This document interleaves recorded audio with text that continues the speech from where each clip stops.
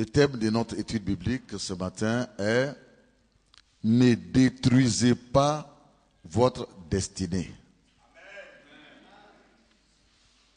Ne détruisez pas votre destinée.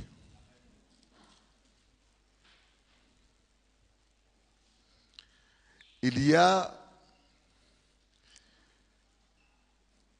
pas mal de personnes qui semblaient être des étoiles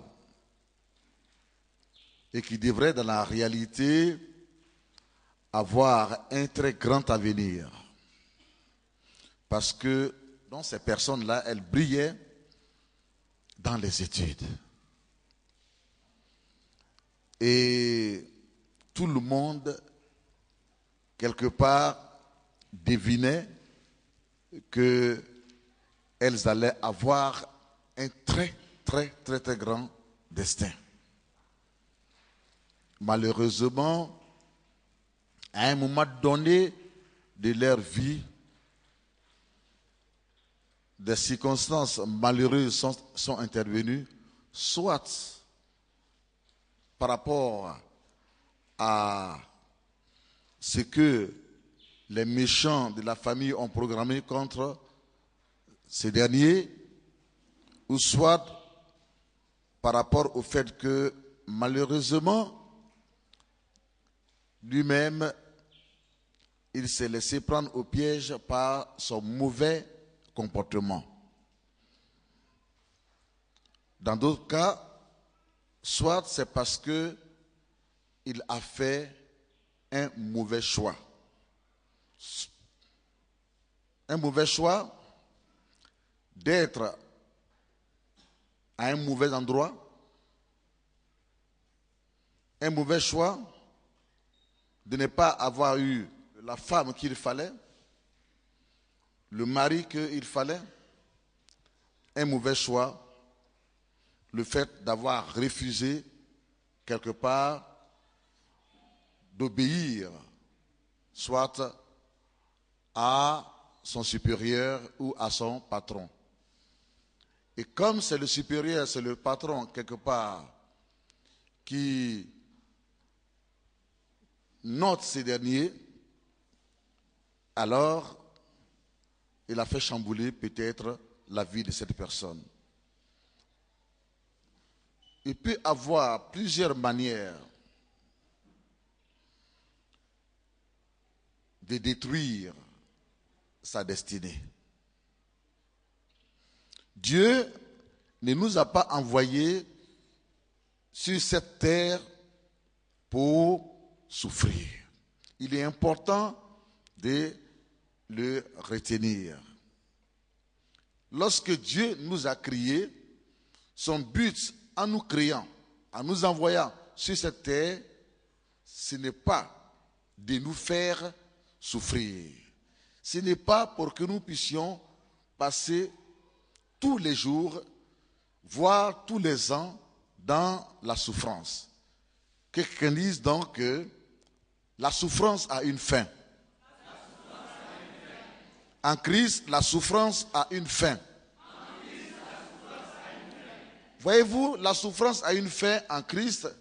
Ça, c'est le message clé même qui a touché la plupart d'entre nous, et qui nous a donné de croire et d'espérer que si nous donnons notre vie à Jésus, les choses allaient changer. Les choses allaient changer. Dieu, il met fin à la souffrance.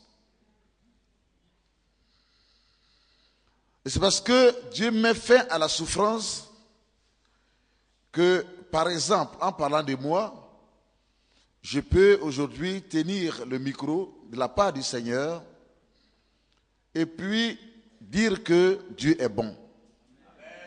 Enseigner sa parole. Proclamer sa parole. Être un instrument de bénédiction dans les mains de Dieu pour plusieurs, des millions de personnes dans mon pays et à travers le monde. Parce que j'ai connu la souffrance extrême,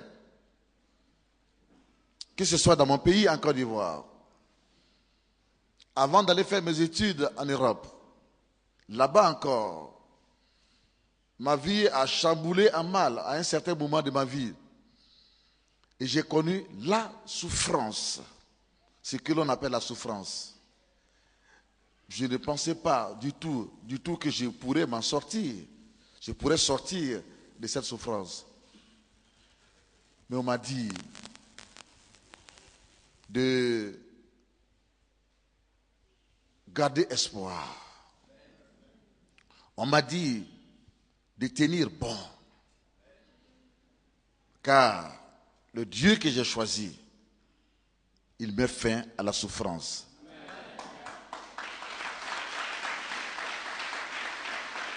Et j'ai accepté. Je pouvais ne pas accepter et aller utiliser autre moyen pour peut-être chercher à sortir de la souffrance. Pour essayer de mettre fin à la souffrance.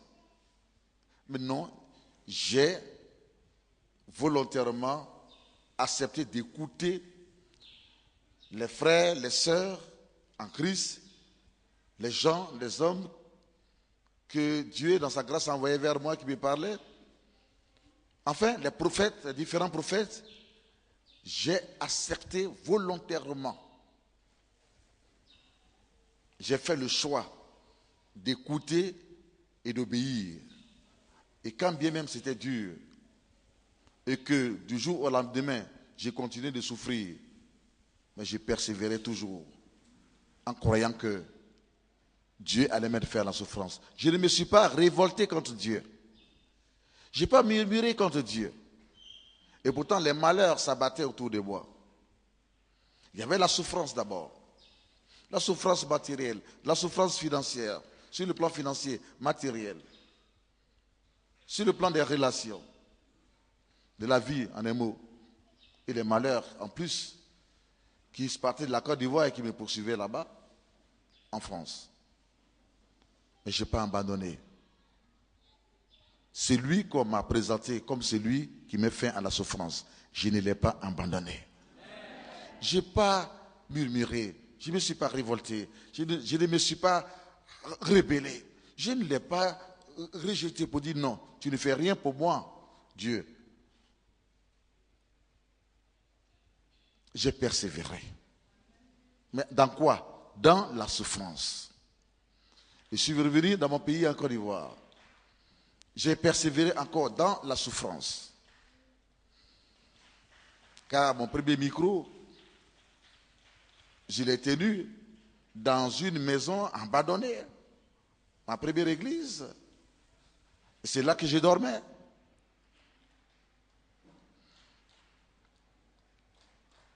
Sur quoi?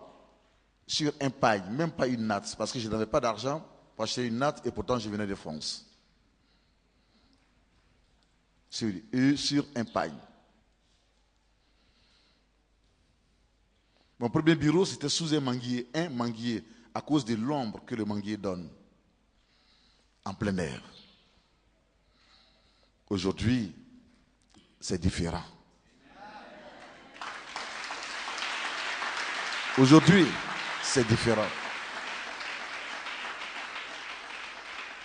Personne n'a le droit, quand elle a donné sa vie au Seigneur Jésus-Christ, de dire que je souffre trop. Et comme je souffre trop, puis les choses ne changent pas. Et puis Dieu ne fait rien, alors je me révolte contre ceux qui m'ont parlé de Dieu. Contre ceux qui ont prophétisé sur moi. Et parce que les choses dites n'arrivent pas, ne s'accomplissent pas. Par conséquent, je me révolte, je me rébelle, j'abandonne la main de Dieu. Personne n'a le droit de se comporter de cette manière.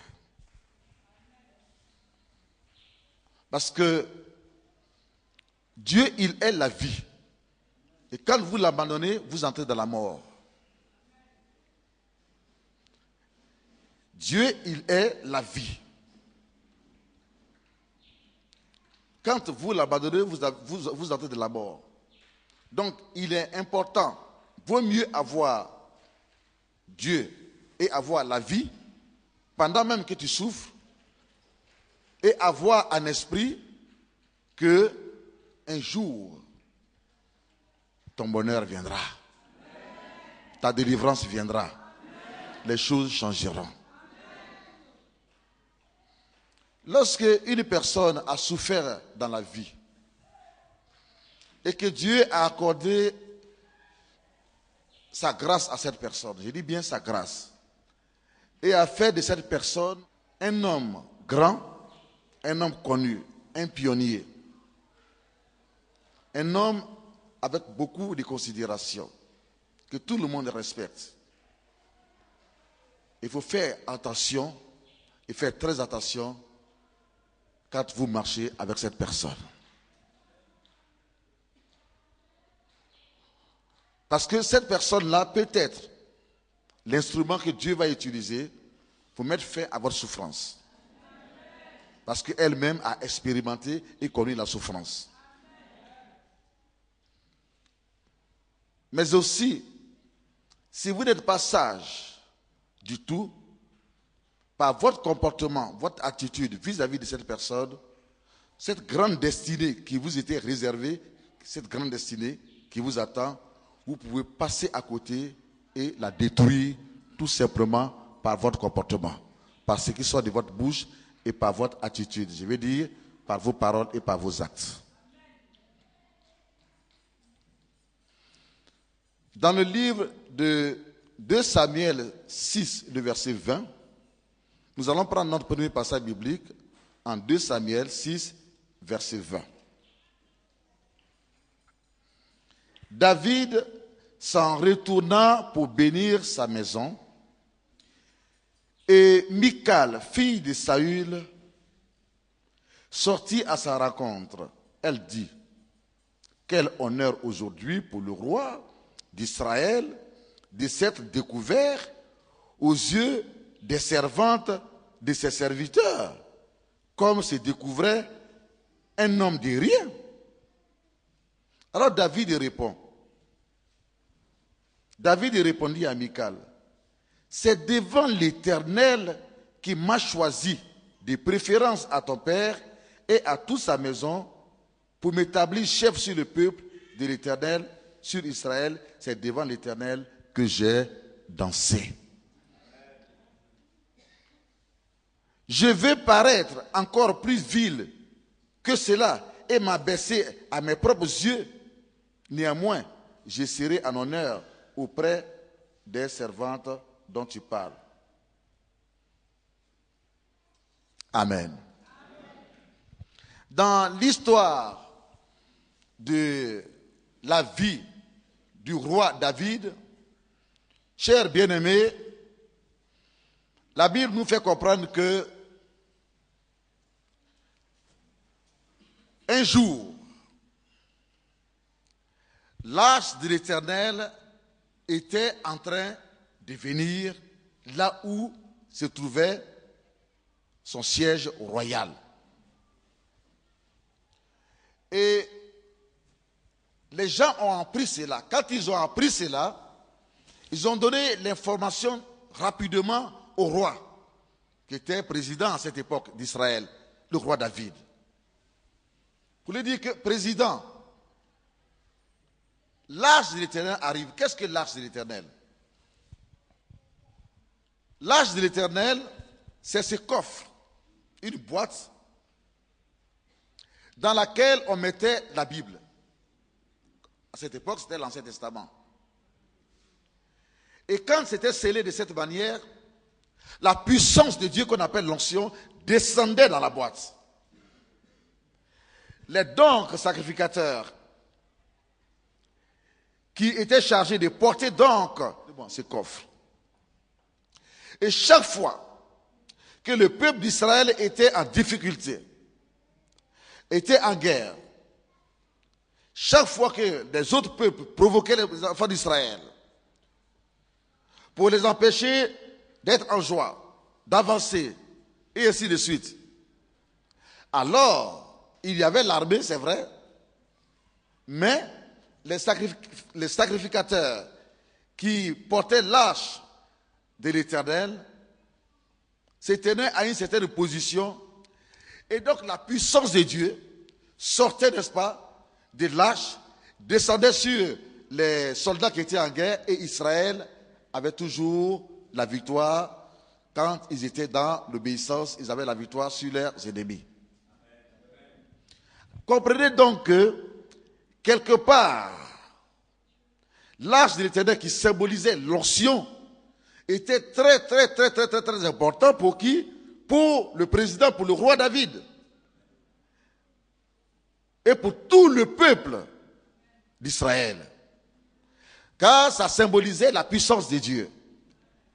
Et vous savez que qu'est-ce que nous, en tant qu'enfants de Dieu, on peut faire si Dieu n'est pas au milieu de nous? Si Dieu est au milieu de nous, il veut déployer, il veut révéler, montrer sa puissance. Il s'est trouvé que les gens transportaient l'arche donc vers la maison de David. Quand il a appris cela, il s'est préparé en conséquence. Il s'est habillé comme il fallait, parce qu'il fallait recevoir l'arche de l'Éternel, il fallait honorer l'onction, il fallait accueillir l'onction, symbole de la puissance de Dieu. David s'est donc oublié lui-même. Et quand il a vu les sacrificateurs qui venaient donc avec l'arche, il s'est mis du coup à danser devant l'arche de l'Éternel qui arrivait, comme pour dire que quelque chose manquait quand l'onction n'était pas encore là. Maintenant que l'onction est venue, je ne vois pas ma royauté, mais je vois celui qui m'a établi et qui vient vers moi. Alléluia. Et qui vient vers moi, et le peuple que Dieu qu'il m'a donné, et le peuple qu'il m'a donné pour me dire, ne crains rien, je suis avec toi. Au vu de cette manière de voir les choses, au vu de cette manière de penser, bien-aimé, le roi, devant tout le peuple sur lequel il était roi, je veux dire président, il s'est mis à danser, il s'est mis à danser avec force. Nous voyons cela en 2 Samuel 6, le verset 14. David dansait de toute sa force devant l'Éternel. Et il était ceint d'un éphod de lin. David dansait de toutes ses forces devant l'Éternel. J'ai vu des hommes et des femmes en train de danser tout à l'heure. Mais, si les chanteurs et les musiciens sont en train de chanter et que leur chant déclenche l'onction, vous allez voir que la manière de danser de ce que moi j'ai vu, ça va changer. Ça va complètement changer. Pourquoi? Eh bien, parce que l'onction est le signe, est le symbole, est le signe de la présence de Dieu en une personne ou bien au milieu d'un peuple qui appartient à Dieu. Et quand donc l'onction est là, quand Dieu est au milieu de son peuple, l'atmosphère devient surnaturelle, elle devient divine. Elle change. L'atmosphère naturelle qui était là change. Elle devient surnaturelle, elle devient divine. Et à partir donc de cet instant, il y a quelque chose qui est transféré dans l'église et dans la vie de chaque femme et de chaque homme. Mais surtout dans la vie de ceux qui sont levés et qui sont en train de danser. On ne les reconnaîtra plus, on ne les reconnaîtra plus. Ce qui veut dire que dans la première louange qui a été faite ici, il y a une deuxième louange qui s'est faite et que cette louange, Dieu descend au milieu et que l'onction se dégage. La manière dont le deuxième groupe va chanter et va danser sera complètement différent que ce que nous venons de voir tout à l'heure. David donc, de loin, quand il s'est disposé, prêt à danser devant l'Éternel. Du coup, l'onction est sortie donc de l'arche de l'Éternel et est venue sur lui. À partir de cet instant, il a dansé avec, en s'oubliant. Il a dansé en s'oubliant. Il a sauté en dansant. Il a crié en dansant. Peut-être même qu'il a roulé à terre en dansant. Devant quoi? Devant qui? Pardon, excusez-moi. Devant qui? Il le faisait devant l'Éternel.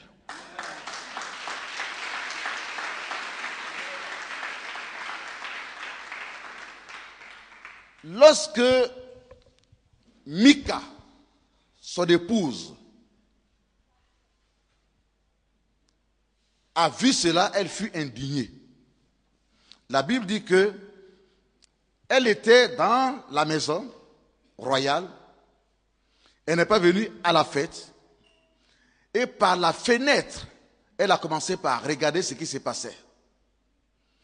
Et par la fenêtre, elle voit son mari, le roi, le président, qui est en train de danser en présence de tout le monde. Et puis, en elle-même, dans son cœur, elle s'est sentie déshonorée. Elle s'est sentie indignée en pensant, en se disant en elle-même, mais quel genre de mari Dieu, il m'a donné. Il n'est pas digne, celui-là, d'être un roi. Son comportement même le démontre déjà. Il n'est pas digne du tout d'être honoré. Cet homme. Pourquoi peut-il comme cela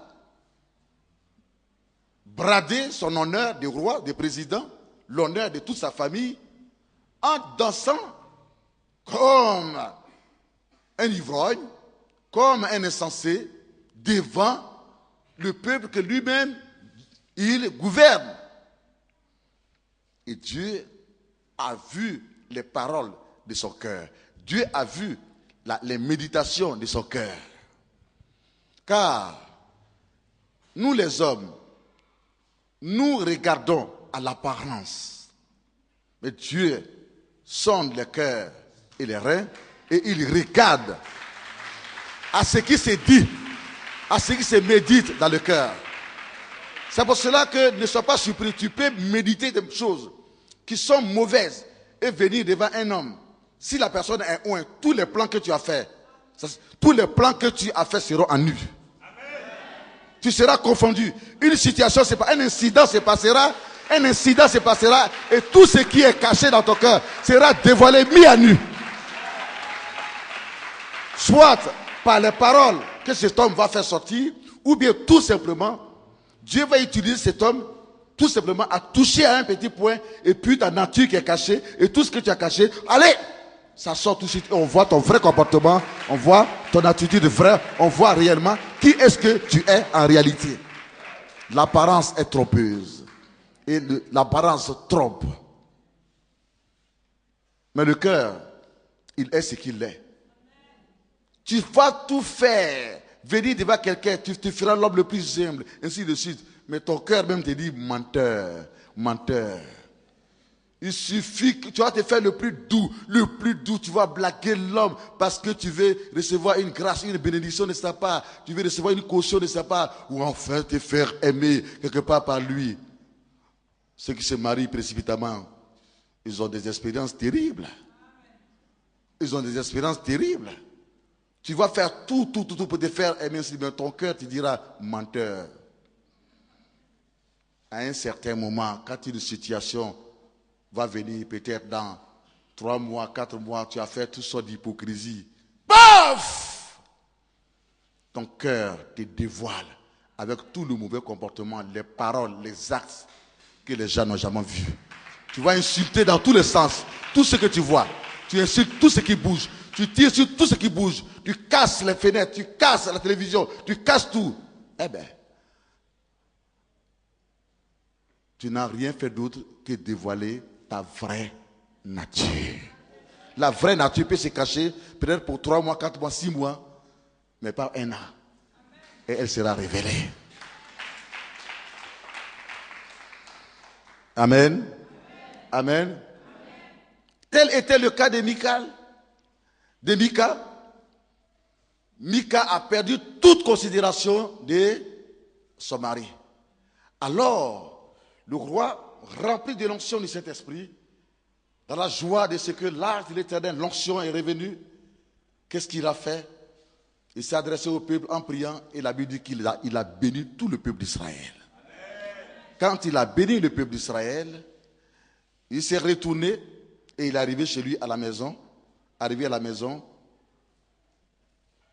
il a commencé à bénir aussi sa propre maison, sa propre famille.